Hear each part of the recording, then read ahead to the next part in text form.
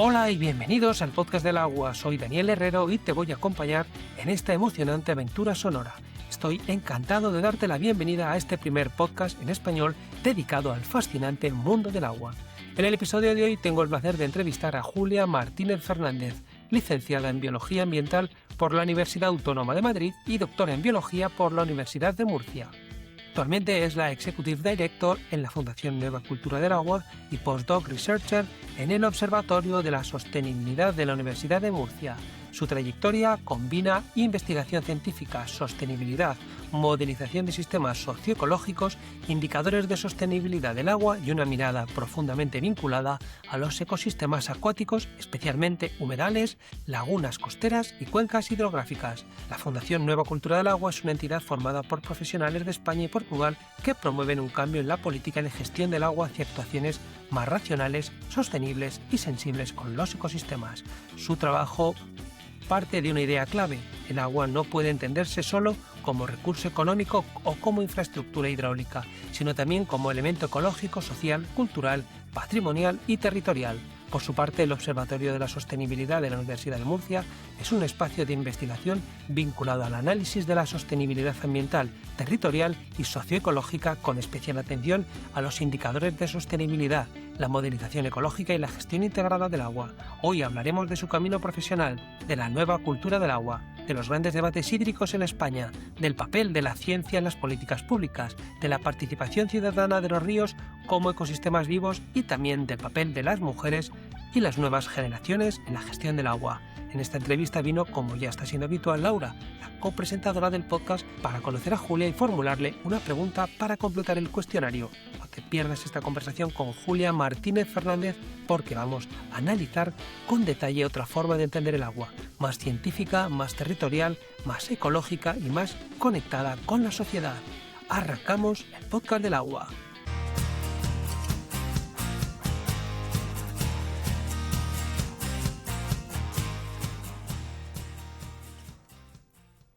Muy buenas, Julia, ¿cómo estás?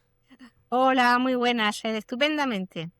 Venga, oye, lo primero de todo, muchas gracias por venir al podcast del agua. Muchas gracias por permitirnos conocer un poco más a Julia Martínez Fernández.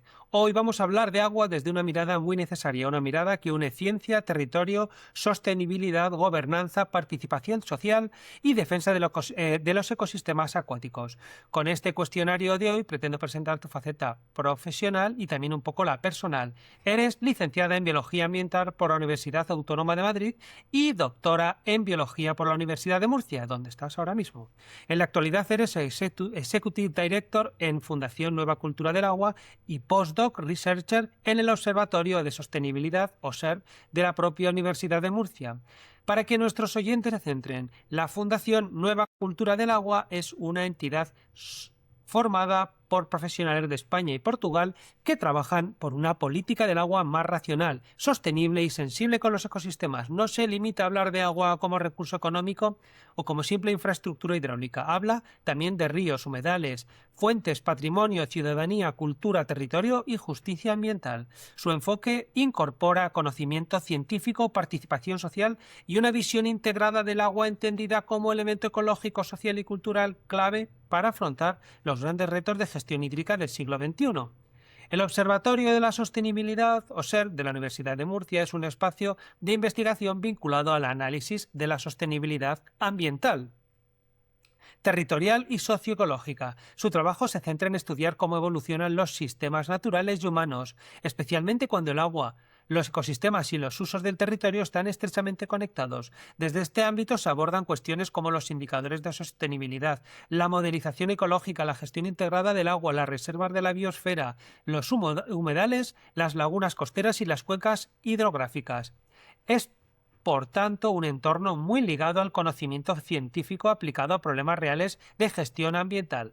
Y tú y yo estamos hablando ahora mismo porque allá por el episodio 77 del podcast del agua, el gran Darío Salinas, nuestro amigo Darío Salinas, puso tu nombre encima de la mesa y en este podcast, cuando Darío propone a alguien, lo escuchamos con mucha atención porque suele apuntar hacia perfiles con criterio, profundidad y cosas importantes que contar. Así que aquella recomendación fue el punto de partida para llegar hasta ti y para abrir esta conversación que hoy tenía muchas ganas de tener. Y en este contexto, Julia, queremos hablar hoy de formación, de trayectoria profesional de la Fundación Nueva Cultura del Agua, de los grandes debates hídricos de España y también del papel que deben tener la ciencia, las mujeres, la ciudadanía y las nuevas generaciones en la gestión del agua. Pero primero de todo, bienvenida a tu podcast y céntranos un poco. ¿Quién es Julia Martínez Fernández? Bueno, pues así con pocas palabras yo diría que soy una murciana que nació en Badalona y que, bueno, pues desde muy pequeña me ha apasionado el conocimiento, pero también la naturaleza, la conservación de la naturaleza, y que desde el principio he ido combinando e integrando, pues eso, una pasión, ¿no? Y un amor por la investigación y a la vez también por la implicación en los movimientos sociales, en el movimiento ecologista, no solamente quedarnos con el conocimiento, sino transformar las realidades de este país. Qué bueno, qué bueno. Pues muy bien, muy interesante y vamos a ver qué podemos escuchar de ti, cómo podemos completar este cuestionario. Pero antes de entrar a hablar de agua, de la Fundación Nueva Cultura, de gestión hídrica, Julia, apareces vinculado a Madrid, Murcia y Zaragoza y ahora por lo que veo también a Badalona. Cuéntanos un poco, porque bueno, Madrid es donde estudiaste, Murcia es donde estás ahora mismo y Zaragoza es donde está Fundación Nueva Cultura. ¿Qué representan para ti estos lugares desde el punto de vista personal y profesional? Háblanos un poco de cómo es la vida en ellos. Pues suponen un recorrido por mi trayectoria profesional. Yo empecé a estudiar en la Universidad de Murcia, la Ajá. Facultad de Biología hasta tercero, pero cuarto y quinto de Biología lo estudié en Madrid. Después regresé a Murcia, hice el doctorado en Murcia en la modelización, en la elaboración de modelos matemáticos para explicar qué es lo que pasa con los sistemas de regadío y sus efectos ambientales. Y desde el año 2014 estoy como directora técnica de la Fundación Nueva Cultura del Agua, cuya sede está en Zaragoza. De todas maneras, en la Fundación Nueva Cultura del Agua estamos trabajando en red porque los miembros de la Fundación estamos dispersos por todo el territorio. Y por lo tanto yo estoy teletrabajando, viviendo y teletrabajando en Murcia, que representa para mí, bueno, pues mi área principal y fundamental, puesto que tengo aquí a mi familia, tengo también a mis amigos, y además también es un reto desde el punto de vista de la gestión del agua, porque Murcia tiene un peso específico en la producción de regadío intensivo, un territorio escaso en agua y donde, por lo tanto, pues desde el punto de vista tanto de la investigación como de la implicación social, evidentemente vivir en Murcia también marca. Y desde luego la vida en esta zona, bueno, fundamentalmente la que conozco es en Murcia y un poquito en Madrid, los 2 años que estuve, pues realmente, desde luego Murcia es un lugar muy agradable para vivir, aunque ahora mismo los veranos se están haciendo un poco cuesta arriba con el cambio climático por esas olas de calor tremendas, aunque sé que están afectando en general al conjunto del territorio, incluyendo por supuesto Zaragoza y Madrid. Está claro. No, ahí no nos libramos ninguno. Pues muy bien, muy bien. Ahora nos contarás un poco qué es esto de la nueva cultura del agua, lo que estudiaste, pero bueno, antes de nada y un poco por centrarte bien en el cuestionario, tienes que contarnos por qué dirigiste tu vida profesional al sector del agua, Julia. Bueno, pues porque viviendo en Murcia era muy evidente que era un tema clave para la sostenibilidad de los territorios y para la conservación de la biodiversidad y sin embargo, en mi opinión, los planteamientos, las propuestas y tanto de investigación como en cuanto a discursos públicos sobre el agua que se hacía en Murcia, en mi opinión, desde luego estaban muy lejos de plantear el agua como un elemento clave de sostenibilidad y más bien planteaban un discurso que yo diría que era ya bastante obsoleto, un discurso rancio, basado en pedir agua, en nuevas infraestructuras, en no tener en cuenta las consecuencias ecológicas de la expansión de los regadíos, y creía que hacía falta una voz nueva, una voz diferente o voces diferentes nuevas, y digamos, discutiendo estas cuestiones con mi director de tesis, el catedrático Miguel Ángel Esteve Selma de la Universidad de Murcia, pues coincidimos en orientar mi tesis doctoral, que sí tenía claro que quería que fuera por la línea de la modelización matemática de sistemas socioecológicos, teniendo en cuenta cómo van variando y van influyendo unos factores en otros, tanto a nivel ecológico como económico como social, pero enfocado desde el punto de vista de la gestión del agua, precisamente por eso, porque veíamos cómo en la región de Murcia había carencias de conocimiento y carencias de discursos basados en evidencias que realmente rompieran con esos discursos, digamos, obsoletos o rancios, de pedir más agua, más regadío y más infraestructuras. Y de ahí hasta aquí. Sí. Qué bueno. Qué bueno. Ahora te preguntaremos que nos digas un poco cómo te encontraste, pues eso, en todos estos líos y en estos fregados que estamos metidos todos los que estamos en el sector del agua. Pero bueno, un poco por conocerte bien, empezamos por tu formación, si te parece. Como he comentado, eres licenciada en Biología Ambiental por la Universidad Autónoma de Madrid. ¿Crees que esta formación ha sido determinante en tu vida profesional, Julia? Bueno, yo tengo un recuerdo muy bueno de mi paso por la universidad, tanto los 3 primeros años en la Universidad de Murcia como los 2 últimos años, cuarto y quinto, en la Universidad Autónoma de Madrid. En primer lugar, por los compañeros, sobre todo cuarto y quinto en Madrid, que ya eran un grupo más pequeño, ya tuve una elevada interacción, y también por profesores, no todos, no al 100% del profesorado, pero sí profesores muy importantes que para mí pues me marcaron, ¿no? Como pudieron ser en la Autónoma de Madrid el profesor Miguel Ángel González Bernaldez, que es un referente para la ecología en España, para la educación ambiental, para la interpretación del paisaje, y tuve en ese sentido pues el honor y el privilegio de poder conocerlo antes de que por desgracia falleciera.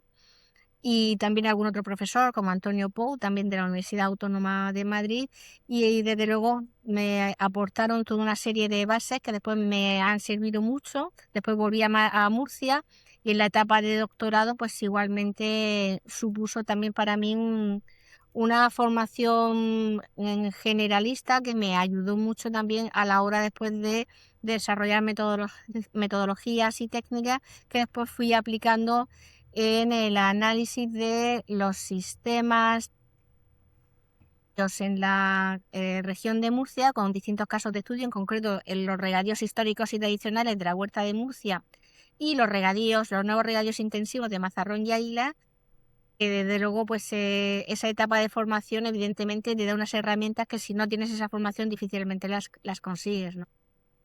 Ah, qué bueno, qué bueno. Al final todo encaja, ¿no? Y Mm. oye, eres también doctora en biología por la Universidad de Murcia. Cuéntanos, ¿qué te ha aportado el doctorado y más o menos qué recuerdas de tu etapa en la Universidad de Murcia y qué papel jugó en tu desarrollo científico? Porque claro, tú Mm. venías Bueno, de Cataluña, hiciste Madrid y ya de ahí pasas a Murcia. ¿Cómo fue ese cambio? bueno, en Cataluña realmente no he llegado a tener una trayectoria que se pueda mencionar. Yo nací allí, pero me vine muy pequeñita a Murcia, me vine con 4 años. Ajá. Entonces, realmente yo toda mi trayectoria personal, familiar y profesional, pues se ha desarrollado en Murcia, a excepción de esa etapa también en Madrid, ¿no? Para hacer corte y quinto de biología. Después sí que es verdad que he tenido estancias posteriores al doctorado, después si quieres los podemos hablar, pero en Ajá. el doctorado en la Universidad de Murcia pues fue muy importante. Primero como estudiante de doctorado en el Instituto Universitario de Agua y Medio Ambiente, y después como investigadora postdoctoral en el Departamento de Ecología e Hidrología con distintos proyectos. tanto nacionales como europeos, y uno de ellos precisamente el proyecto DITI, proyecto europeo, donde en el equipo español lo estaba coordinando yo y que tenía que ver precisamente con la gestión sostenible de lagunas costeras, y el caso de estudio que había en España era el Mar Menor, ¿no? Entonces, Ajá. esa etapa pues supuso para mí, tanto como doctoranda primero, con una serie de proyectos como con becas predoctorales, como investigadora postdoctoral, una vez que leí la tesis doctoral en 2001, pues ha sido fundamental para adquirir, digamos, pues las habilidades de investigación que después he ido aplicando, ¿no? Tanto de modelización como de análisis de escenarios, de integrar las variables socioeconómicas junto a las ecológicas, y por tanto de tener esa visión integral, que es la que desde el principio he perseguido. Yo no quería especializarme en una disciplina muy concreta o en un área muy concreta, sino que lo que yo quería y he intentado conseguir a lo largo de los años es tener una visión lo más amplia, profunda, lo más profunda y amplia posible de cualquier problemática desde una perspectiva muy integral, conociendo los aspectos legales, los de planificación, los ecológicos, los sociales, los económicos, los de gobernanza, porque con visiones parciales es muy difícil comprender totalmente un problema como para poder poner soluciones. Qué bueno y que, en fin, que claro lo has comentado y que alineado. Muy bien. Si te parece, aunque ya lo has empezado a comentar un poco, ¿no? De tu etapa como doctoranda, vamos a pasar ahora vamos a pasar un poco pasamos ya de tu formación a lo que son las posiciones que has ocupado. Antes de la etapa actual, ¿no? Tuviste una trayectoria muy vinculada a la Universidad de Murcia, primero como doctoranda, que has comentado, después como investigadora en INUAMA y más tarde como postdoc en el Departamento de Ecología e Hidrología. Cuéntanos un poco cómo recuerdas esa primera etapa de investigadora y qué aprendiste en ese momento que todavía hoy pues está presente en tu forma de trabajar. Mm. Bueno, en esa primera etapa investigadora es muy importante porque es cuando realmente se tienen que consolidar habilidades de investigación que son absolutamente básicas, como es el rigor, como es el tener metodología sistemática, como es el saber, por ejemplo, hacer análisis y tratamientos estadísticos, y también la capacidad para saber buscar la información, porque no es una cosa que sea obvia, ¿no? Hay que saber ir a las instituciones, saber conseguir los datos, muchas veces no te los quieren dar o no están disponibles. Entonces, esa tarea, digamos, de pelearse, ¿no? con los datos a la hora de conseguirlos y después a la hora de analizarlos, forma parte de esa parte inicial, ¿no? de trayectoria investigadora, que yo creo que es imprescindible y que es fundamental. Lo ha sido en mi caso, pero yo creo que en el caso de cualquier persona que quiera investigar. Está muy claro y es fundamental, ¿no? Que tengas todo eso en la mochila para poder luego tener cierto rigor, como tú comentabas. Muy bien. Hay una especie aquí como pasaste por la Universidad Miguel Hernández de Elche como profesor asociado de ecología, y aquí viene la estrella que me dejó sorprendido, ¿no? El Parque Nacional Galápagos dentro del programa Prometeo. Cuéntanos un poco qué es lo que hacías allí en el Parque Nacional de Galápagos, cómo entraste allí, un poco cómo pudiste combinar o qué te aportó combinar docencia universitaria con una experiencia internacional tan singular como Galápagos. Cuéntanos un poco. Bueno, pues para explicar por qué en 2014 yo estuve en Galápagos, me tengo que remontar a bastantes años antes, porque ya estuve en Galápagos en el año 1994 y 1995, una estancia de 6 meses del programa de la cooperación española, de la Agencia Española de Cooperación Internacional. En Ajá. ese momento yo estuve trabajando contratada por la Agencia Española de Cooperación Internacional como licenciada en biología, para colaborar en la elaboración de digamos, de los materiales que se iban a utilizar en educación ambiental y en interpretación ambiental, en un centro de interpretación que estaba en ese momento construyendo la cooperación española en la isla San Cristóbal, en el Parque Nacional Galápagos. Ahí estuve viviendo de forma continuada durante 6 meses, trabajando, y desde luego me enamoré del Parque Nacional Galápagos, me enamoré de las Islas Galápagos y desde entonces pues bueno, volví, estuve trabajando en distintos proyectos en la Universidad de Murcia, pero me quedó el deseo de volver y cuando en el año 2013 el gobierno de Ecuador lanzó este programa que incentivaba el que llegaran investigadores seniors, doctores investigadores seniors de otros países a Ecuador para dejar allí sus conocimientos y para impulsar también el conocimiento superior en Ecuador. Desde luego no me lo pensé y apliqué a este programa, me seleccionaron y fui al Parque Nacional Galápagos Por con un segunda vez. proyecto de desarrollar indicadores del agua, justamente indicadores de sostenibilidad del agua. Y durante 4 meses estuve desarrollando estos indicadores de sostenibilidad del agua que implicó también la realización de talleres participativos, la búsqueda de información y bueno, y fue una experiencia realmente maravillosa el reencontrarme con Galápagos, pues 20 años después, en 2014, y desde entonces, bueno, he estado haciendo también algunas otras visitas, pero ya más breves y cortas, pero realmente no puedo decir que me sienta galapagueña, pero casi, casi. ¿Y qué tal, qué sentiste allí cuando en Ecuador, ¿no? Porque Ecuador, yo personalmente también estoy enamorado de Ecuador, tengo muchos amigos allí y saludamos desde aquí a los ecuatorianos que nos escuchan, que también son cuadrilla los que están por allí escuchándonos, que bien se vive allí, la comida. A ver, yo no sé cómo sería cuando tú fuiste la primera vez, pero la segunda vez coincidió con mi primera vez y yo estuve encantado en aquel tiempo. Sí, estuve prácticamente todo el tiempo en Galápagos, o sea, no Ajá. pasé tiempo en el Ecuador continental, muy brevemente.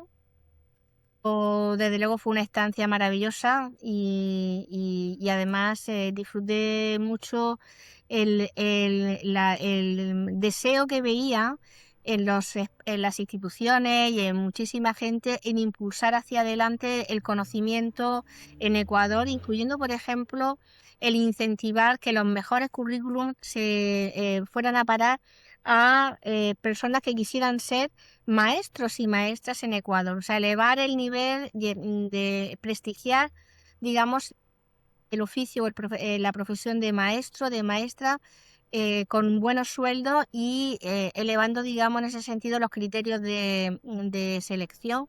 Me pareció en ese momento una apuesta verdaderamente increíble, maravillosa y desde luego digna de reconocimiento del gobierno de esa época de Correa por el conocimiento, por la ciencia y por elevar el nivel, digamos, de formación de maestros y maestras en Ecuador, que eso desde luego fue Claro. muy loable. Y yo en la medida de mis posibilidades, una vez que el programa me seleccionó, pues intenté en esos 4 meses aportar todo lo que pude y más. Qué bueno, qué bueno. Sí, efectivamente, yo también pienso que Correa hizo un trabajo impecable. Habrá gente que piense lo contrario, pero los hechos son esos. Si tú pones unos buenos profesores, los que tienen esos profesores van a tener una buena educación, no hay más. Es así de sencillo. Bueno, pues muy bien. Desde el 2014, Julia, eres ya la Executive Director, o la directora ejecutiva, en la Fundación Nueva Cultura del Agua. Más allá de la entidad, no quiero entrar todavía en Nueva Cultura del Agua. Cuéntanos un poco qué significó para ti asumir una posición de ese tipo, ¿no? Ejecutiva, después de una trayectoria tan marcada por la investigación, la universidad, el trabajo científico, el apoyo en Galápagos. Cuéntanos, ¿cómo fue? Bueno, pues realmente para mí fue un lujo y fue un privilegio porque el papel de la dirección técnica de la Fundación Nueva Cultura del Agua en ese momento, en 2014, y todavía lo sigo viviendo así, unía pues todo lo que un trabajo idealmente me podía aportar, que era el no abandonar la investigación, el poder innovar, el poder dirigir con criterio y coordinar las actividades de investigación de otros equipos, el tener autonomía personal a la hora de identificar los objetivos, las metodologías y la hoja de ruta para alcanzarlos y además la posibilidad en los distintos ámbitos de bien que estar solamente coordinando o en algunos proyectos implicarme también como investigadora dentro del equipo y además, más allá de la investigación, me permitió también unir dentro de ese mismo perfil, pues mi dimensión, digamos, más activista, porque yo no he dejado en ningún momento de estar en movimientos sociales, movimientos ecologistas, y en la Fundación Nueva Cultura del Agua existe también este perfil, digamos, de apoyo a los movimientos sociales, de compromiso y de implicación con colectivos de afectados, con movimientos sociales de los territorios.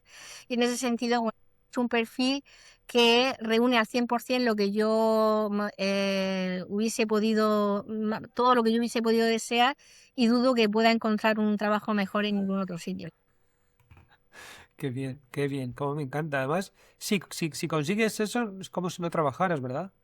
Claro. Es como si no trabajaras. Bueno, y además, oye, desde el 2002, desde el 2007, aparte es también vinculada al Observatorio de Sostenibilidad de la Universidad de Murcia como postdoc researcher. También, sin entrar en qué es el observatorio, cuéntanos un poco qué supone para una investigadora mantener durante tantos años una línea de trabajo continuada y cómo se sostiene esa continuidad en un entorno científico tan Ajá. cambiante. Y entiendo que me vas a decir que estar disfrutando como si no hubiera mañana, igual que en Nueva Cultura del Agua, con lo cual Sí. no estás trabajando. El observatorio se creó en 2007 a partir de un convenio de investigación con el ministerio en ese momento, el Ministerio de Medio Ambiente. Y desde entonces es verdad que en la actividad ha ido teniendo momentos de más actividad y momentos de menos, pero nos parecía importante, además esto coincidió en una época en la que se crearon distintos observatorios de la sostenibilidad en distintos territorios, al calor de la creación del 2005 del Observatorio de la Sostenibilidad en España, por cierto, en ese momento impulsado por la entonces ministra de Medio Ambiente, Cristina Narbona, un Amigo. observatorio en el que bueno, pues nuestro añorado Domingo Jiménez Beltrán se implicó mucho, que fue durante muchos años el impulsor y el director durante mucho tiempo de la Agencia Europea de Medio Ambiente, y eso a mí también me permitió, me abrió a un mundo de otros investigadores y de otros perfiles profesionales que trabajaban por la mejora ambiental y sobre todo por la elaboración de diagnósticos ambientales basados en datos, basados en indicadores, desde el rigor, que es la misión que tenían y siguen teniendo los observatorios. Aplicar indicadores para que el análisis y el diagnóstico de las problemáticas ambientales no dependa de juicios subjetivos, sino que esté basado en sistemas de indicadores, en catálogos de indicadores objetivos, cuantificados y que en ese sentido son perfectamente demostrables. Entonces, para mí, eso fue muy importante porque me aportó todo el bagaje que después he ido manteniendo de investigación y aplicación de indicadores, tanto indicadores del agua como los que apliqué en 2014 en Galápagos, como indicadores de sostenibilidad en general. Y en ese sentido, aunque el Observatorio de la Sostenibilidad en la región de Murcia eh, tiene también etapas largas, digamos, de menor actividad, pero nos parece muy importante mantenerlo porque una sociedad que no evalúa sus políticas o que no aplica con criterios objetivos indicadores para saber si vamos en la buena dirección o no, pues es una sociedad mucho más manipulable. Muy bien, si te parece, vamos a pasar ya a la Fundación Nueva Cultura del Agua, que como has empezado a contar, es una fundación que está centrada o está ubicada en Zaragoza. Para alguien que no la conozca, cuéntanos cómo definirías tú la fundación de forma sencilla, qué significa para ti exactamente Nueva Cultura del Agua, cómo es que entraste ahí en Nueva Cultura del Agua. Cuéntanos un poco todo eso, Julia. Vale, pues mira, para mí la Fundación Nueva Cultura del Agua es una experiencia verdaderamente singular. Yo no he encontrado algo parecido en el contexto, por lo menos europeo, y es una experiencia en la que desde el ámbito académico, desde el ámbito de las universidades y de los centros de investigación, se busca ser puente con el ámbito de los movimientos sociales, de los grupos de afectados por obras hidráulicas, de los movimientos ecologistas, ambientalistas, con la red de defensa ciudadana del agua y de los ecosistemas del agua, de los territorios, con afectados, con la idea de que ese mejor conocimiento disponible, ponerlo al servicio y además ponerlo al servicio de forma gratuita de todos estos movimientos, de todos estos colectivos, porque el conocimiento no debe ir solo para asesorar a quienes han de tomar, digamos, los responsables o los gestores de la toma de decisiones políticas, sino también ese conocimiento es necesario por parte de los movimientos sociales, de los colectivos de afectados y de los ciudadanos para que puedan participar en la toma de decisiones y puedan participar de una manera informada. Y en muchos casos la Fundación Nueva Cultura del Agua ha sido ese instrumento que ha permitido a través de un informe o a través de una jornada y a través de otras vías el poner ese mejor conocimiento disponible en las manos de quien lo necesita.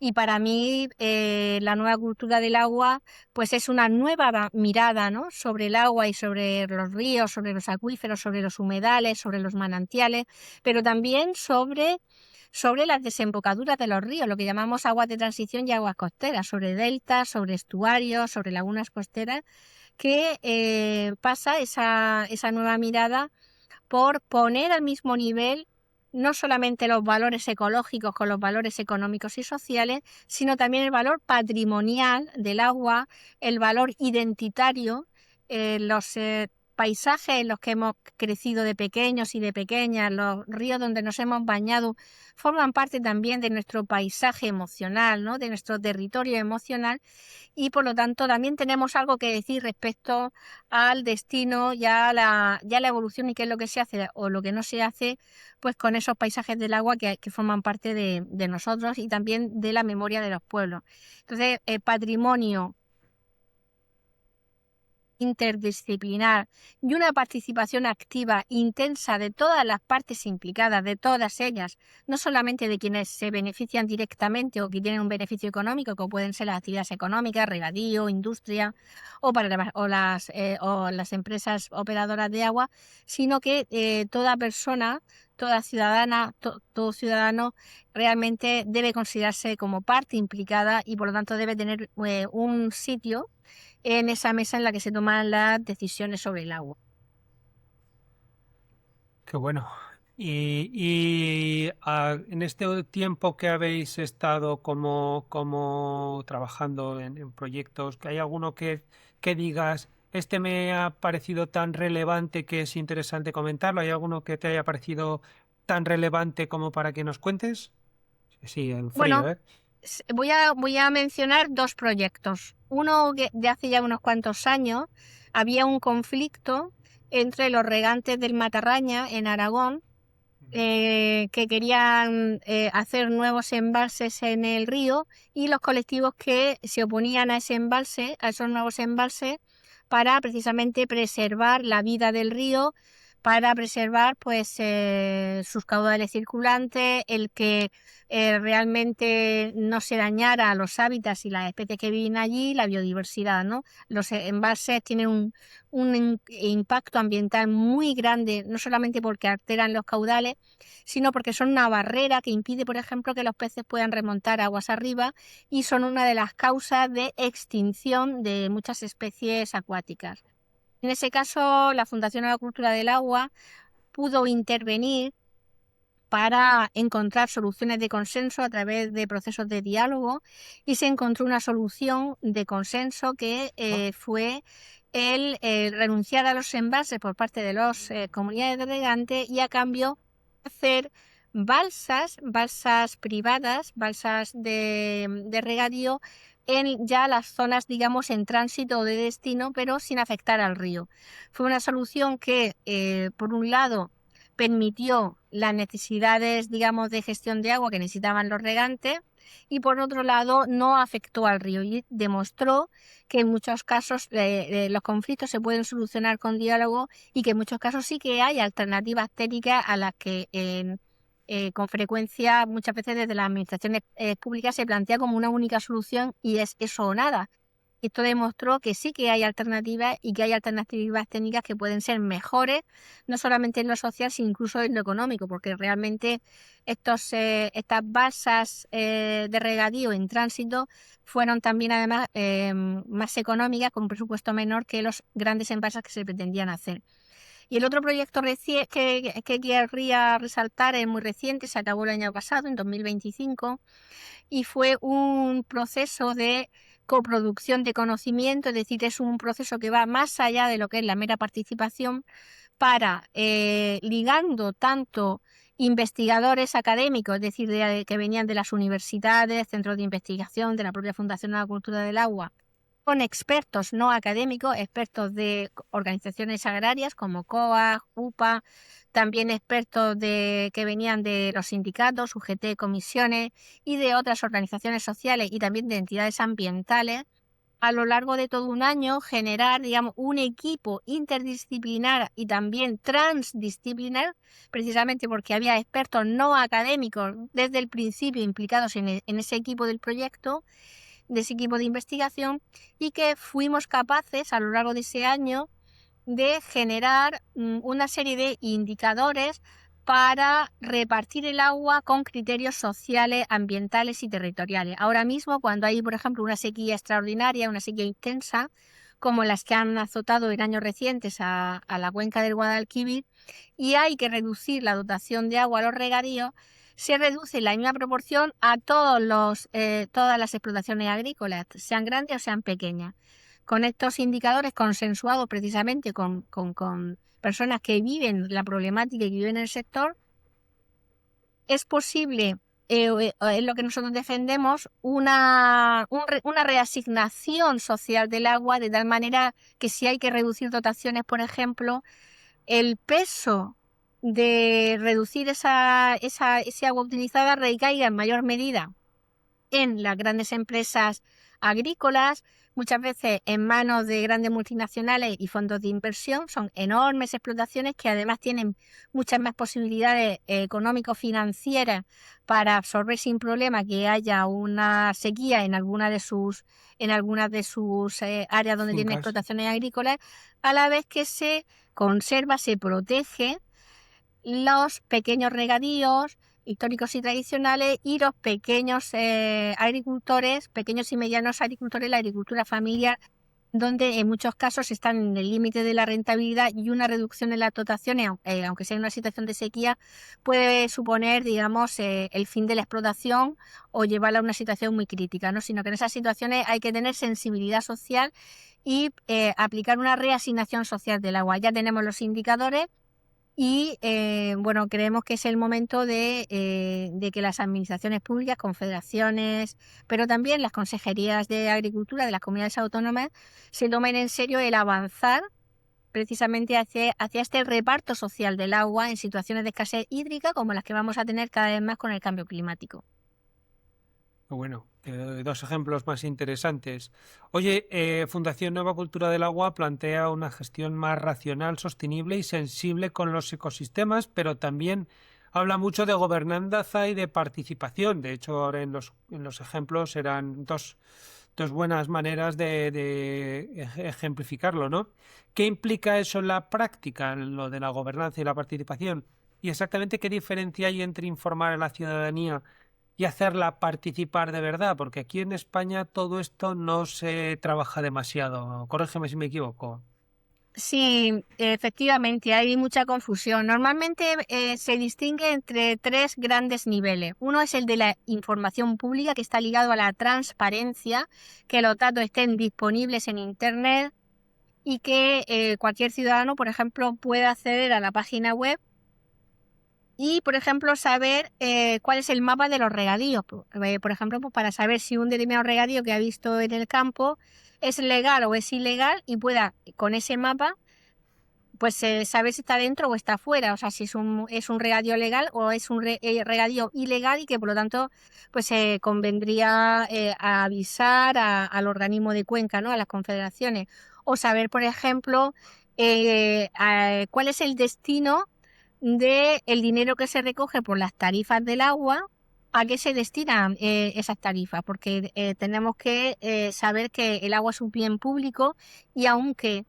en muchos municipios la gestión está privatizada, está en manos de una empresa privada, el servicio es público y el agua es pública y por lo tanto tiene que haber plena transparencia acerca de cuál es el destino del agua, del dinero que se recoge con las tarifas del agua, si se reinvierte en la mejora de las redes y de las tuberías o no, qué es lo que se hace con eso. Bueno, estos son dos meros ejemplos de por qué es tan importante el que exista información a la ciudadanía, que existe una plena transparencia. Sin esta transparencia no hay credibilidad en las instituciones y por lo tanto no hay en ese sentido pues autoridad por parte de las administraciones a la hora de pedir que haya respeto a esas políticas públicas, ¿no? Un segundo nivel es la consulta pública. La consulta pública es una obligación que tenemos recogida en nuestras leyes que significa que para muchos planes, antes de que se pongan en práctica, en su fase, digamos, de borrador, tienen que estar disponibles para cualquier persona, disponibles al público, para que en un plazo normalmente normalmente es de un mes, en algunos casos de 2 meses, y en el caso de los planes hidrológicos son de 6 meses, cualquier persona o cualquier entidad, puede ser también un colectivo, pueda realizar alegaciones para o bien defender sus intereses o bien mejorar en general ese documento de planificación. Por ejemplo, para los planes hidrológicos hay 6 meses de consulta pública en los cuales cualquier persona, cualquier colectivo puede presentar un documento de propuestas de modificación. Eso es una consulta. Y en muchos casos se entiende que esto es la participación y no. Eso es una consulta donde la administración pública, por ejemplo, una confederación, recibe esas alegaciones y, bueno, pues ya las considera o no como vea más oportuno. Sin embargo, una participación de verdad, una participación activa, va mucho más allá de la consulta. Es una participación en la que realmente hay decisiones que no están tomadas, decisiones que hay que tomar y con las que se quiere contar con la ciudadanía. Y en ese sentido se invita a la ciudadanía, normalmente a través de talleres participativos o de otros procesos, digamos, más formalizados, discutir las alternativas. Entonces es un proceso mucho más exigente. No se trata de hacer simplemente meras sugerencias en el aire, sino hay que conocer cuáles son las alternativas, discutirlas y a lo mejor resulta que podemos llegar a diálogos directos, por ejemplo, entre agricultores y movimientos ecologistas, esto es un mero ejemplo, y podemos llegar a una solución diferente a la que quiere hacer la administración pública. Es el ejemplo de Matarraña del que he hablado antes. Eso es una participación activa. Y esa participación activa, por desgracia, se hace en España, se hace muy poquito y es la que realmente conseguiría avanzar, reducir los conflictos sobre el agua, mejorar las políticas del agua y además conseguir que toda la ciudadanía en su conjunto sea corresponsable de esas políticas. Qué bueno y qué claro lo has contado. Oye, durante mucho tiempo, y lo hemos estado comentando también, en España el debate del agua ha estado muy ligado a embalses, trasvases, canales, infraestructuras. ¿Crees que seguimos teniendo una visión demasiado hidráulica del agua? ¿Qué aporta la nueva cultura del agua frente a esta visión más tradicional de los embalses y todo eso? Bueno, ahora mismo a nivel del discurso, del lenguaje, ya no está, no es tan hidráulico, pero sigue habiendo un papel, en nuestra opinión, excesivo de embalses, trasvases y en general las soluciones de infraestructuras. Hemos avanzado, eso es cierto. El debate sobre las políticas del agua ahora en 2026 no es el que había en el año 2002 cuando se anunció el trasvase del Ebro. Hemos avanzado, hemos mejorado. A eso también ha ayudado mucho la aprobación en el año 2000 de la Directiva Marco del Agua. Sin embargo, todavía no hemos pasado página suficientemente. Sigue en ese sentido existiendo un excesivo peso de las soluciones grises, de las soluciones de infraestructura, de las soluciones hidráulicas, pues Ya. basadas en embalses, sobre todo, no tanto en trasvases, pero sí en canales o en infraestructuras, que realmente, en primer lugar, no pueden aportar ya mucho más de lo que ya han aportado, porque España es el tercer o cuarto país de todo el mundo con una mayor cantidad, una mayor proporción de embalses por kilómetro cuadrado y también de embalses por habitante de todo el mundo. De hecho, ahora mismo tenemos ya muchos embalses que están vacíos simplemente porque embalses sí tenemos, lo que no hay es agua, y por tanto no tiene sentido seguir con esa política, porque sería una política del que se llamaría de obra ociosa, de hacer embalses que realmente después muy difícilmente se van a llenar, y más con el cambio climático que está reduciendo las aportaciones, que está reduciendo el agua disponible. En ese sentido, la nueva cultura del agua, lo que supuso desde hace 25 años, cuando se empezó a gestar la Fundación Nueva Cultura del Agua, y que sigue siendo ahora mismo importante en ese sentido, es una visión completamente diferente, una visión que apuesta por situar la buena salud de los ecosistemas del agua en el centro, las necesidades de gestión sostenible en el centro, el derecho humano al agua y al saneamiento de todas las personas, independientemente de su situación económica o administrativa, en el centro, y la participación de toda la ciudadanía, no solamente de los usuarios directos, en el centro. Esa es la nueva cultura del agua, y todo eso son diferencias totalmente abismales con esa visión que podríamos denominar convencional, de esa visión hidráulica que se empezó a gestar ya hace ya más de 100 años. Qué bueno, qué bueno. Importante el comentario que has hecho. Oye, cuando hablamos de agua en España, aparecen enseguida las mismas tensiones que las has comentado: sequía, regadío, trasvases, abastecimiento urbano, turismo, industria y energía. ¿Dónde crees que está hoy el principal nudo de debate? Pues yo lo resumiría con una frase: en asumir de una vez que no es posible seguir creciendo en las demandas de agua. Estamos ya mucho más allá del agua que tenemos. Hay que saber que ahora mismo el 80% del agua utilizada en España es utilizada en la agricultura. El regadío se está bebiendo 80 de cada 100 litros de agua, a pesar de lo cual, pues todavía se están planteando ampliaciones de regadío en la cuenca del Ebro, en la cuenca del Guadalquivir, incluso algunas voces están empezando a reclamarlo ya en la cuenca del Segura, cuando lo que tenemos que hacer es todo lo contrario. Tenemos ya menos agua que hace 25 años. Vamos a seguir teniendo menos agua por el cambio climático, que seguirá reduciendo las aportaciones. No nos vamos a quedar con el agua que tenemos ahora. Vamos a seguir perdiendo agua por el cambio climático, y por lo tanto es urgente adaptarnos. Esa adaptación al cambio climático no es algo que podamos decidir. El cambio climático no está esperando nuestra opinión ni nuestras preferencias.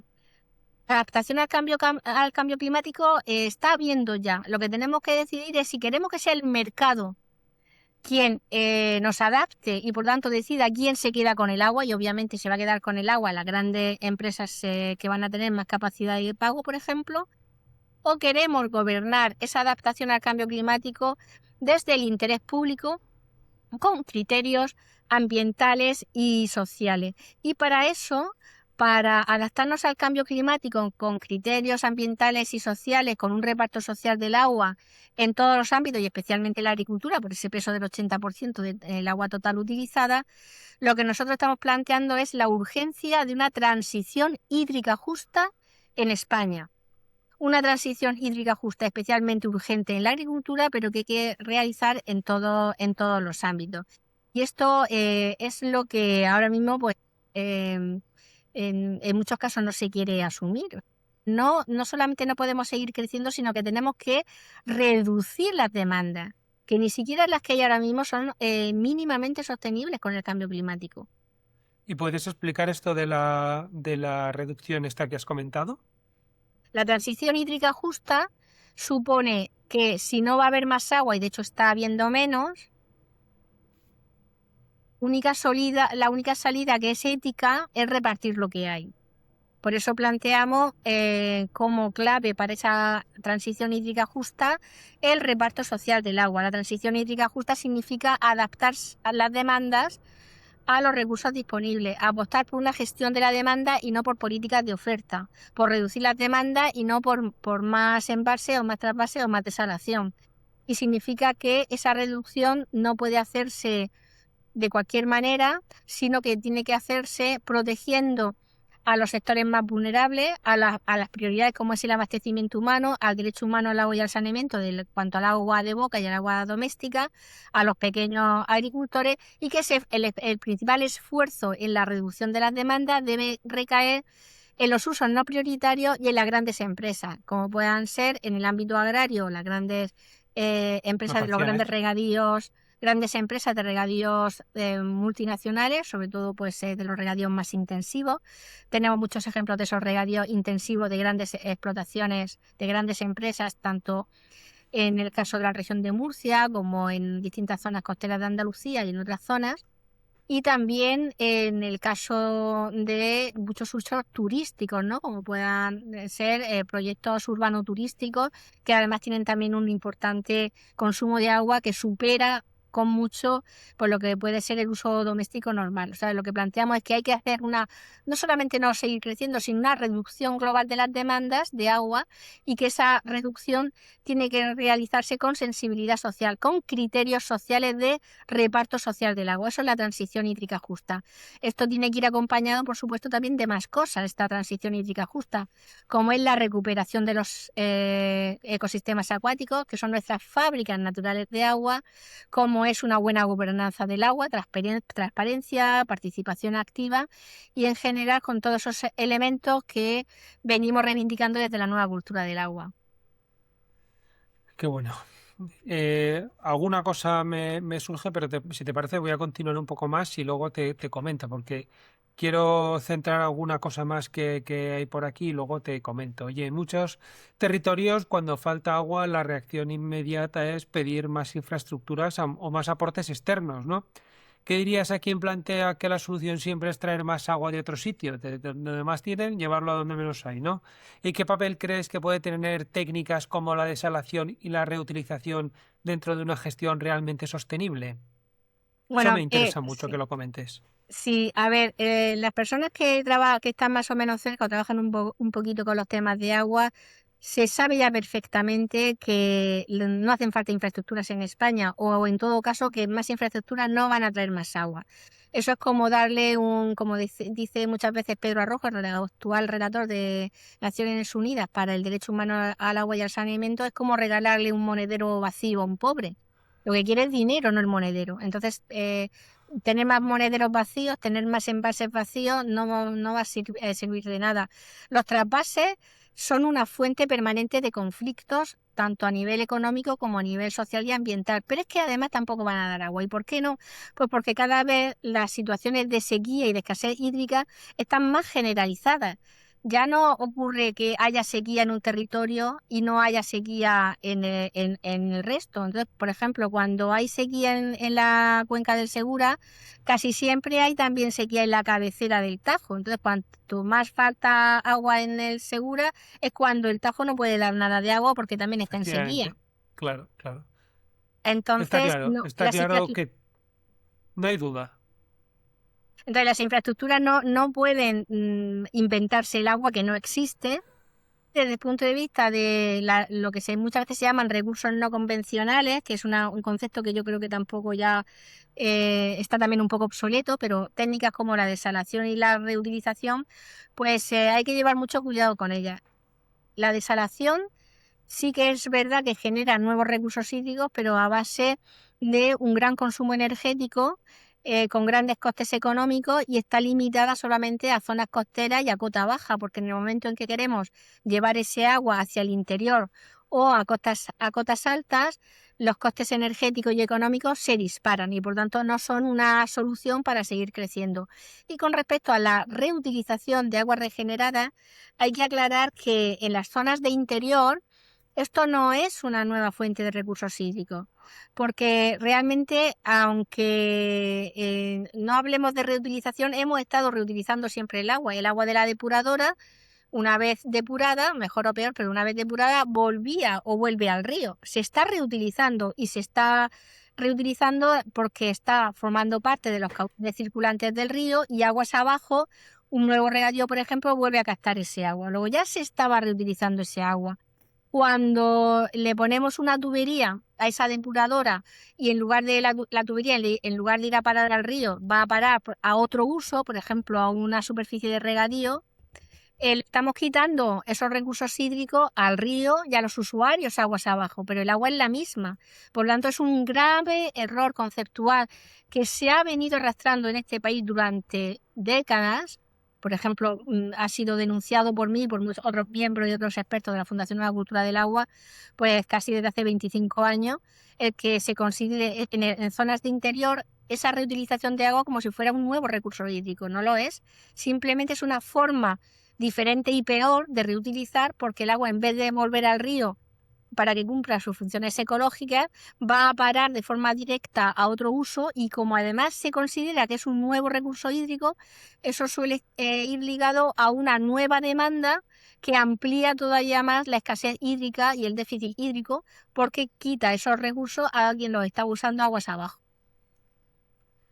Lo que pasa es que ahí hay un matiz sobre lo que has dicho de la reutilización. Está la reutilización potable directa y la indirecta. Tú hablas de la indirecta, donde hay un río por en medio, y efectivamente podría ser lo que se ha hecho toda la vida, pero ahora digamos que es mejor.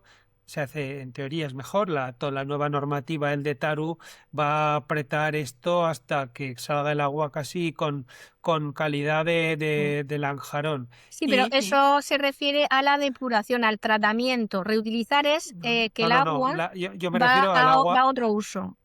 El Claro, sí, tratamiento no. se está mejorando efectivamente con tratamientos, digamos, más exigentes, tratamientos terciarios. Cuaternarios y Claro, se cuaternarios, está sí. mejorando la calidad, pero en cuanto a Correcto. la cantidad no cambia, es la misma. Es la No, misma agua, lo eso que está pasa es que ahora claro. sí que mejora la calidad, pero la cuestión está en que si yo quiero hacer una reutilización directa, que no pase por el río, para no aumentar el déficit hídrico, si yo antes devolvía al río, por ejemplo, un hectómetro cúbico de agua y ahora ya lo voy a reutilizar de forma directa, además de mejorar la calidad, tengo que dejar de coger del río también un hectómetro cúbico de agua. Si no reduzco las concesiones que ya hay, estoy aumentando el consumo total de agua, porque la Claro, reutilización no fabrica agua, no hay cambia nada el que punto de fabrique agua. destino. Claro. Exacto. Entonces, El, lo que se ha estado ocurriendo con la reutilización es que se han estado concediendo, se han hecho nuevas concesiones con cargo a aguas regeneradas sin que hayan sustituido esas nuevas concesiones las captaciones que había antes del río, por ejemplo. Con lo cual, ha aumentado la captación total, ha aumentado el consumo total de agua y ha aumentado el déficit hídrico. Entonces, la única manera de hacer una reutilización que no aumente el déficit hídrico es que sea por sustitución de caudales. Es decir, si hay unos caudales que ya no vuelven al río porque los voy a mejorar y los voy a reutilizar de forma directa, un volumen equivalente a esos caudales que ya no vuelven al río, tengo que dejar de captarlos aguas arriba. está claro, y además em, sí que es cierto que si yo creo que la directa o la indirecta, me da igual, ahora hablaremos de la directa, solo va a tener una fuerza importante cuando no haya agua, cuando no quede más remedio, porque el río viene con 2 dedos de agua y ahí no se puede coger. Entonces, ahí la solución va a ser, como se ha hecho en la zona de Barcelona y bueno, y se hace en California y en otros países, no, que no va a quedar más remedio, y es que del río no vas a poder coger, entonces ahí no hay más opción. Luego está la directa, es conectar la depuradora con un tubito a la potabilizadora. Eso, al menos aquí en España y en Europa, no se puede hacer de momento. Se hace en otros países, en Namibia se lleva haciendo 40 años y no hay ningún problema. De hecho, el agua la situación era tal que o hacían eso o morían todos. Entonces, bueno. Así que bueno, pues muy interesante la visión que has aportado. Por aquí ha pasado también, antes de pasar a la siguiente, ha pasado por aquí algún ponente también, alguna persona que hemos entrevistado, que ha dicho que un vaso de agua, como el que podemos tener tú y yo ahora mismo para beber, cuesta hacerlo lo mismo que un clic de Google.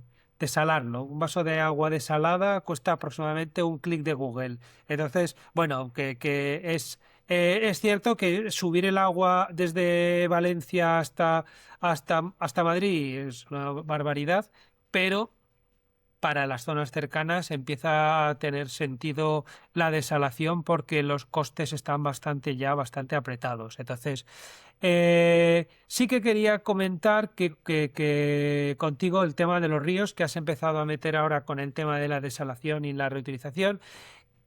¿Cree que hemos perdido como sociedad cuando hemos visto los ríos solo como canales de transporte de agua y no como no como ecosistemas vivos?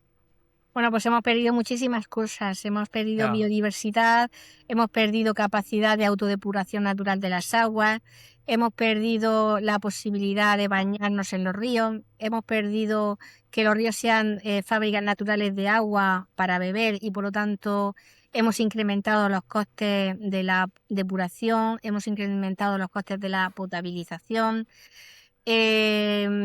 Hemos perdido también en capacidad, digamos, para laminar avenidas, para generar microclimas más frescos y húmedos ante olas de calor. O sea, la cantidad de funciones ecosistémicas que hemos perdido es verdaderamente tremenda. Hemos perdido capacidad de resistir al cambio climático y muchísimas especies que realmente son fundamentales incluso para la propia alimentación. Hemos perdido también pesquerías en las playas, en las costas, hemos perdido arena en las playas y hemos perdido también muchas veces la salud de las pesquerías locales, por ejemplo de sardina y de boquerón, por la construcción de grandes embalses en el Mediterráneo, desde la presa de Asuán a Mequinenza en el Ebro y al conjunto de embalses.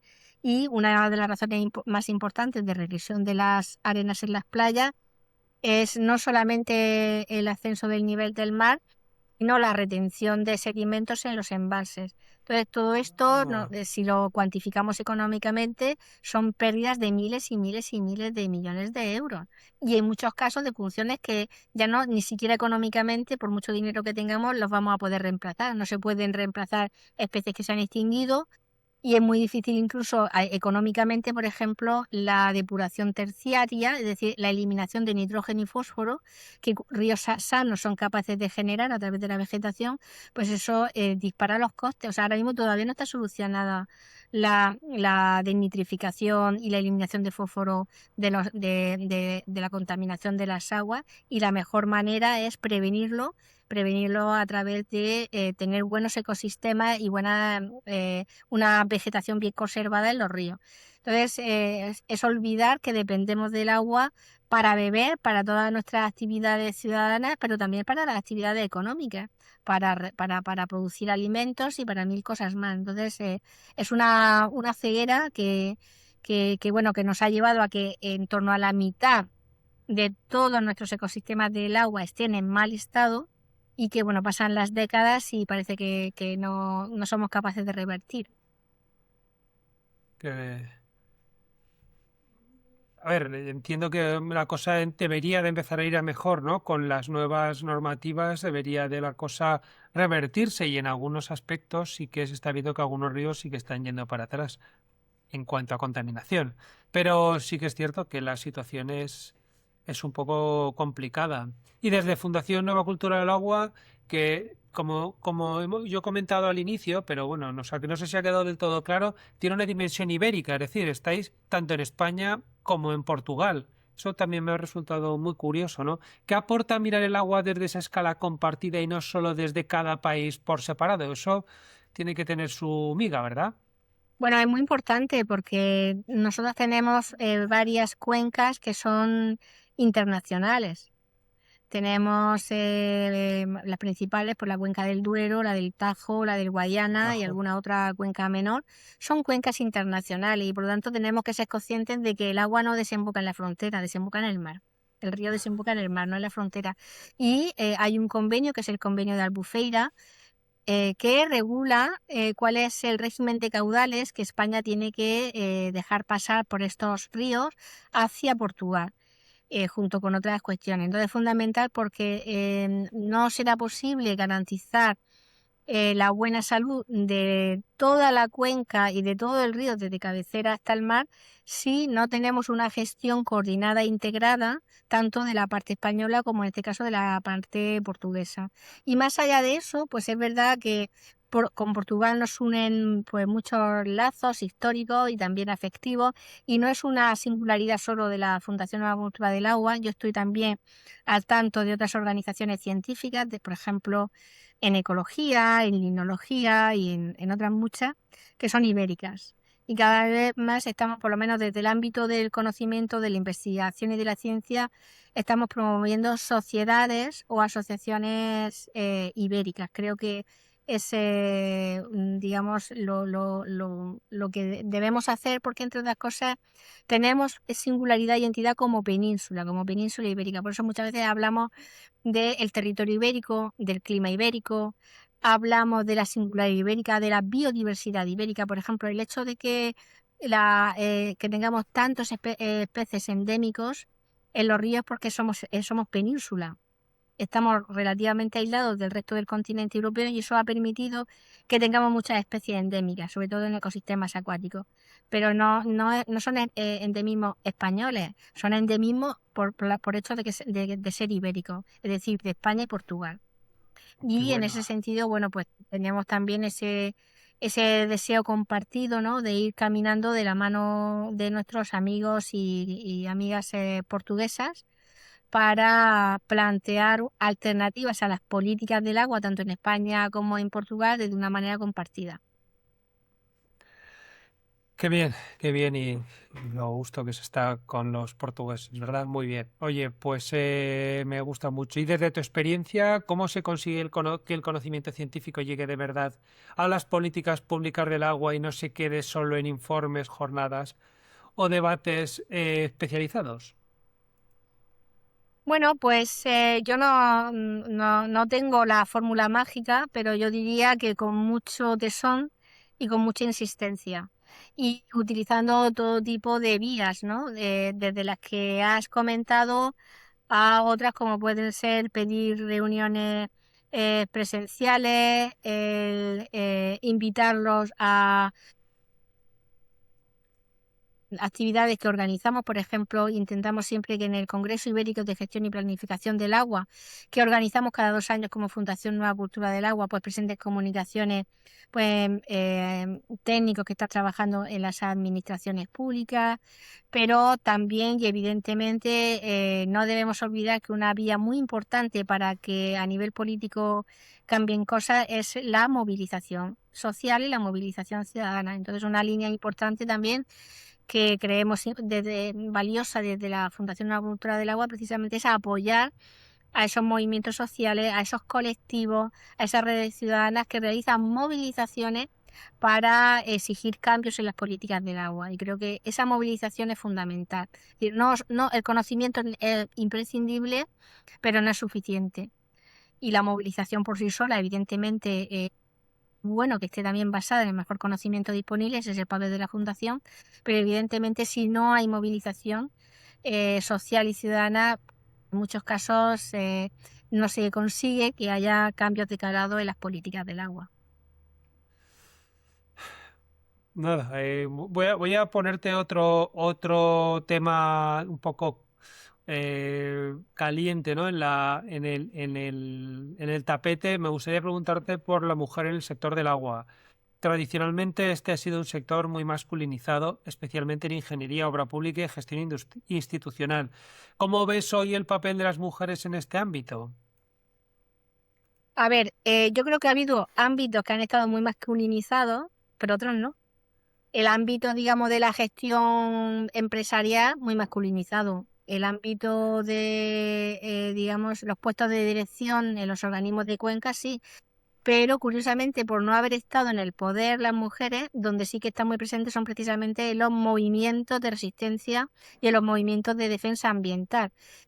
Vemos no solamente en el plano en España como a nivel internacional quiénes han protagonizado y quiénes protagonizan los movimientos de resistencia y de búsqueda de alternativas frente a las políticas convencionales del agua, que muchas veces son políticas profundamente regresivas a nivel social y a nivel ecológico, resulta que en muchísimos casos están protagonizados por mujeres. Por eso yo creo que digamos, el ámbito del poder del agua, si está muy masculinizado, el ámbito de la resistencia, hay muchísimas líderes que son mujeres. Te voy a poner 2 ejemplos. En el plano internacional, Berta Cáceres, que fue asesinada por defender a su comunidad frente a los intereses económicos de quienes querían hacer allí grandes presas hidroeléctricas sobre el territorio de su pueblo y de Honduras. Y yendo a una escala mucho más local, pues el de las mujeres de las pedanías altas de Lorca, en la región de Murcia, que se organizaron para impedir día y noche, 24 horas al día, con turno, que la Confederación Hidrográfica del Segura abriera pozos justo en un manantial muy, muy importante, de los Ojos de Luchena, donde a partir de ahí se inicia un río, que es el río Luchena, y que aguas abajo es utilizado por los regantes de Lorca. Y las mujeres no querían ese agua para el pueblo, para la pedanía. Lo que querían era que los regantes siguieran utilizando el agua para regar una vez que llegara de forma natural por el río, porque hacer los pozos en la misma fuente supondría desecar la fuente. Y ha sido, hasta donde yo sé, la primera vez, eso ocurrió en el año 94, que la Confederación Hidrográfica del Segura se ha visto obligada a dar marcha atrás a un proyecto por movilización social, y fueron las mujeres. Toma ya. Muy bien, muy claro. Pues nada, has dejado dicho lo que había que decir. Oye, y mirando hacia el futuro, ¿cómo ves a la Fundación Nueva Cultura del Agua en los próximos años? ¿Y en qué modelo de gestión del agua, uniendo esta pregunta con la anterior, en qué modelo de gestión del agua te gustaría ver en España dentro de, no sé, 20 años? Bueno, lo ideal sería que dentro de 20 años todos los problemas estuvieran solucionados y por tanto no hubiera necesidad de la Fundación Nueva Cultura del Agua. Pero asumiendo que esto posiblemente no va a ocurrir, pues al menos lo que sí espero dentro de 20 años es que como sociedad todos nos hayamos asumido la necesidad, que hayamos reducido ya la demanda de agua, hayamos mejorado sensiblemente el estado de nuestros ecosistemas, de nuestros ríos, de nuestros humedales, que son esas fábricas naturales de agua de las que tanto dependemos, y exista mucha más transparencia, mucha más democracia, como dicen en la red Agua Pública, se escribe agua, se lee democracia, y que realmente exista en ese sentido una verdadera participación activa de toda la ciudadanía en la toma de decisiones sobre el agua. Y ahí confío en que la Fundación Nueva Cultura del Agua seguirá estando en ese papel de puente, de servir de puente entre el mejor conocimiento disponible del ámbito académico con las necesidades de conocimiento, pues, de todo el mundo, tanto de administraciones como organizaciones, movimientos sociales o empresas o quien fuera. Muy bien, muy bien. Oye, Julia, no sé si crees que ha quedado algo pendiente por comentar, ¿no? Algún tipo de cuestión referente a lo que quieras, ¿eh? A la nueva cultura del agua, a la gobernanza, etcétera. Lo que consideres que creas que ha quedado pendiente, ahí tienes el micrófono y comenta lo que quieras. No, solamente animar a todo el mundo, pero quizás especialmente a la gente más joven que está como planteándose o que está empezando a trabajar con temas del agua, a que continúen por ese camino, y sobre todo a que conecten, ya que liguen pues su ámbito profesional o de investigación con el ámbito de las necesidades digamos, de la sociedad, para atender a los múltiples problemas que tengo y para de alguna manera poder devolver a la sociedad y conectar con esos movimientos sociales, lo que desde el ámbito académico o el ámbito profesional podamos estar, digamos, desarrollando. Yo creo que tenemos ahora mismo un enorme reto, que es el cambio climático, el principal impacto que el cambio climático va a tener en España, aunque va a haber horas de calor, vamos a tener problemas de salud, pero probablemente el más grave es en los temas del agua. Estamos muy lejos de asumir esa necesidad de reducir las demandas de agua y de poner en marcha ya de forma urgente esa transición hídrica justa que tanto necesitamos. Está muy claro. También te digo que todo esto de la participación ciudadana en Chile, yo estuve hace un tiempo, allí tienen una figura en todas las empresas de agua y en todos, digamos, en todos los gestores, tienen una persona que es el encargado de las relaciones con las comunidades y que no se mueve nada antes de que este señor o señora haya movido un poco la situación con ellos. O sea que digamos que los que estamos un poco atrás somos aquí, en Europa. Así que muy bien lo que has comentado, buena puntualización. Ahora luego te pediré al final que comentes también, que les des algún consejo a los jóvenes. Pero antes quiero preguntarte cuáles consideras, Julia, que son los principales retos que enfrenta el sector del agua en la actualidad y cómo crees que podemos abordarlos de manera efectiva.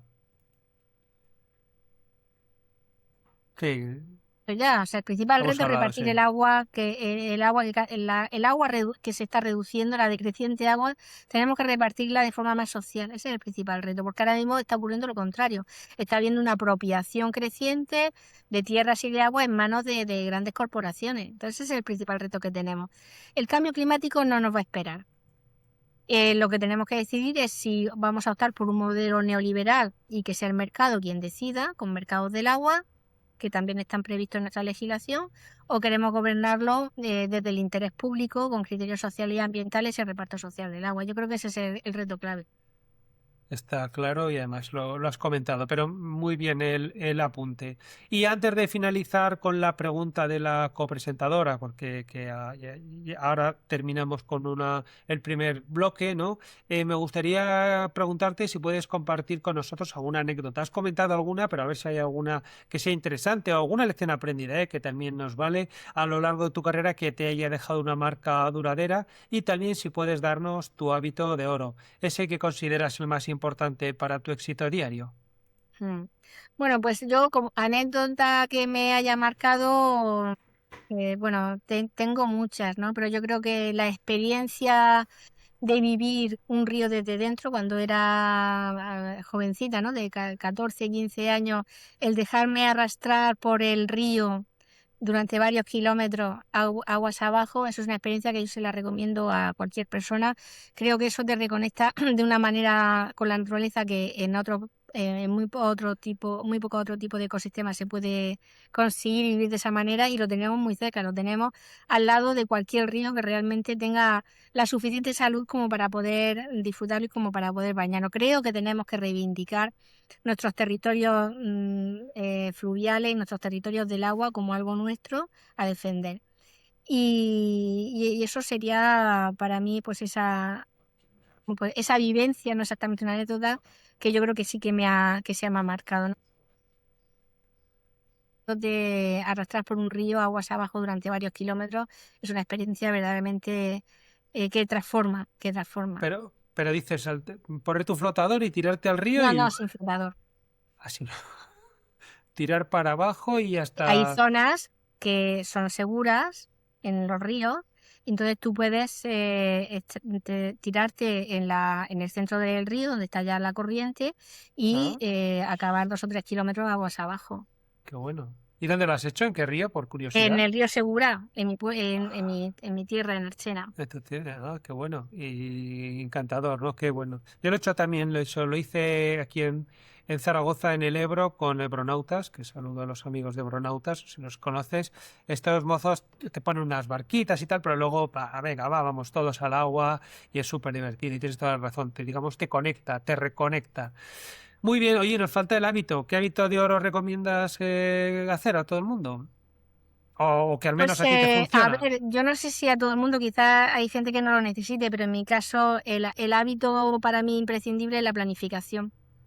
Yo trabajo por objetivos, dedico dedico un tiempo, un poco de tiempo diario y luego semanal a organizar mi tiempo a planificar. Y creo que ese hábito, digamos, de pensar, de planificar, de organizar, pues es como yo estructuro también, no solamente tareas, sino un poco también pues todo lo que todo lo que hago, ¿no? Creo que ese hábito es el hábito al que yo no podría renunciar, ¿no? El tener la vida un poco ordenada a través de esa organización semanal y de planificación.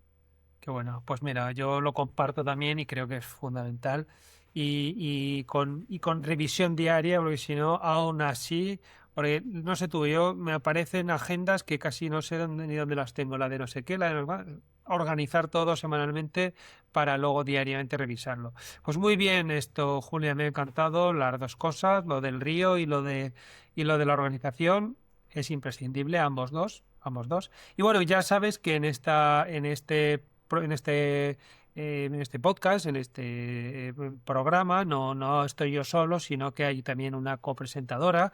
Como buena oyente del podcast que eres, sabes que no estoy yo solo, que está esta copresentadora y que, bueno, ella está todo el tiempo monitorizando nuestra conversación, viendo qué dices tú, qué digo yo, qué nos hemos dejado, qué me he dejado yo, qué has contado tú de una manera superficial, qué no he dicho yo, en fin, nos está todo el rato vigilando y entonces yo ahora le dejo el micrófono, la siento y es ella la que, digamos que en esta pregunta gobierna el podcast. Entonces yo ahora le dejo todo y a ver qué pasa.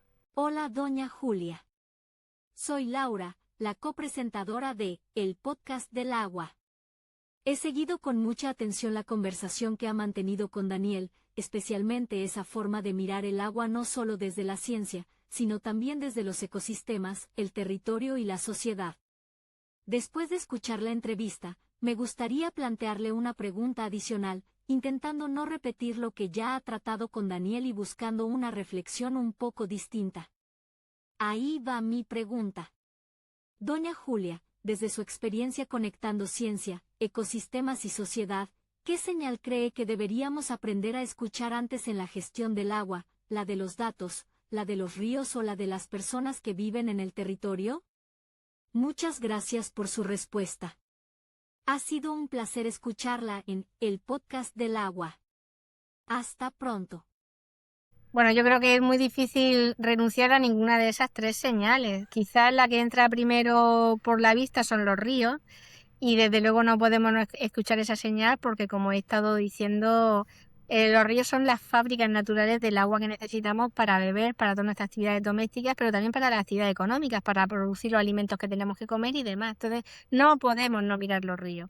Pero tampoco podemos no mirar a las gentes, a la población de los territorios, porque ellos son al final el destino último de tener unos ríos de calidad, de poder garantizar el derecho humano al agua y al saneamiento, de asegurar que su voz es escuchada en las tomas de decisiones y que por tanto no reciben impactos o decisiones injustas, pero es que no podemos renunciar a los datos porque una gestión sin datos, una gestión que no esté basada en las evidencias, pues es una gestión de la que se puede esperar cualquier cosa, que puede tener consecuencias terribles y que en todo caso pues no va a digamos a estar basada en el mejor conocimiento disponible y además no podemos defender una política si no está basada en datos que puedan ser demostrables. Y desde luego yo creo que como ciudadanía debemos negarnos a aceptar ninguna decisión o ninguna política que no pueda demostrarse que está basada en datos y en evidencia. Las evidencias objetivas son fundamentales para que podamos tener la más mínima credibilidad en cualquier tipo de decisión, de actuación, de proyecto o de política. Por lo tanto, los datos son fundamentales también. Pues nos ha puesto esta pregunta porque es así de revolvedora, entonces para que dijeras que eran todos igual de importantes. Está claro, muy bien.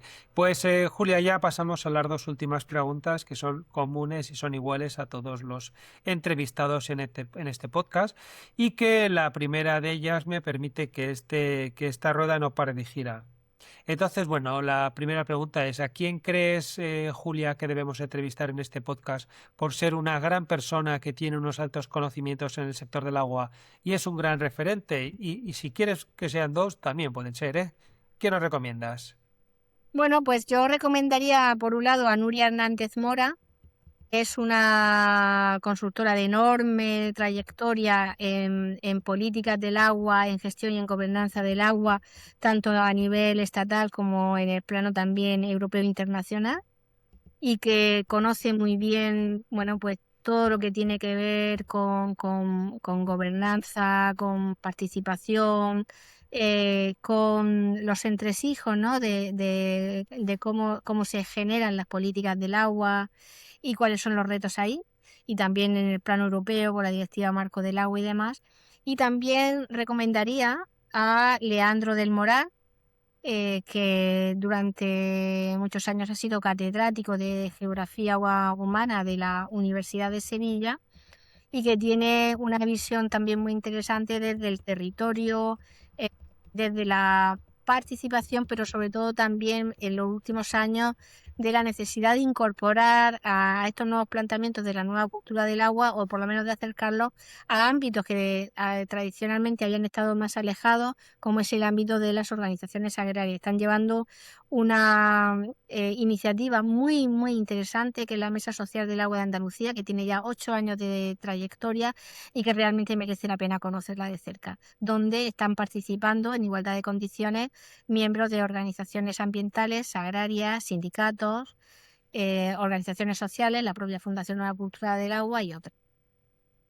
Qué bueno, nos me has dado del mismo, de una tacada me has dado a dos personas que además no tenía yo en mi radar, a Leandro y a Nuria. Pues te digo una cosa, si ellos quieren, por aquí los verás en no poco tiempo, Muy bien. Nuria y Leandro, como ahora ellos te están viendo a ti ahora mismo. Y ya por último, Julia, ya no te quiero entretener más tiempo, puedes darles algún consejo a los jóvenes que están entrando en el sector. ¿Qué les dirías?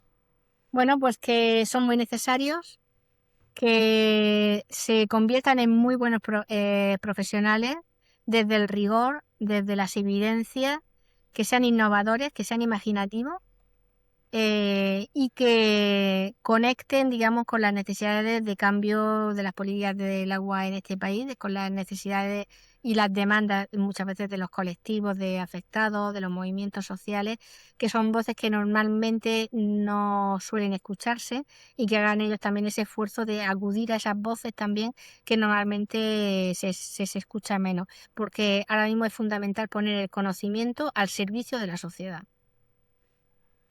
Pues clarísimo, no lo podías haber dicho mejor y bueno, pues ya, eh, Julia, hemos llegado al final del episodio. Yo te quiero agradecer que hayas pasado por aquí, por el podcast del agua, que nos hayas dedicado un momentito para contarnos todo esto que nos has contado de Fundación Nueva Cultura del Agua. Para mí ha sido todo un placer, un verdadero placer tenerte aquí en el podcast del agua. Muchas gracias por esta compañía tan grata, tan cercana y por esta conversación que ha sido esclarecedora y para mí ha sido una maravilla. Sí, Te lo agradezco muchas mucho. gracias a ti. Y que sepas que el podcast del agua va a ser siempre tu casa, Julia. Y a todos vosotros, queridos oyentes y amigos, gracias por acompañarnos un episodio más en el podcast del agua. Ha sido un placer tenerte al otro lado. La próxima semana volveremos con otro invitado extraordinario y una conversación que estoy seguro te va a aportar tanto como la que hemos mantenido hoy con Julia Martínez.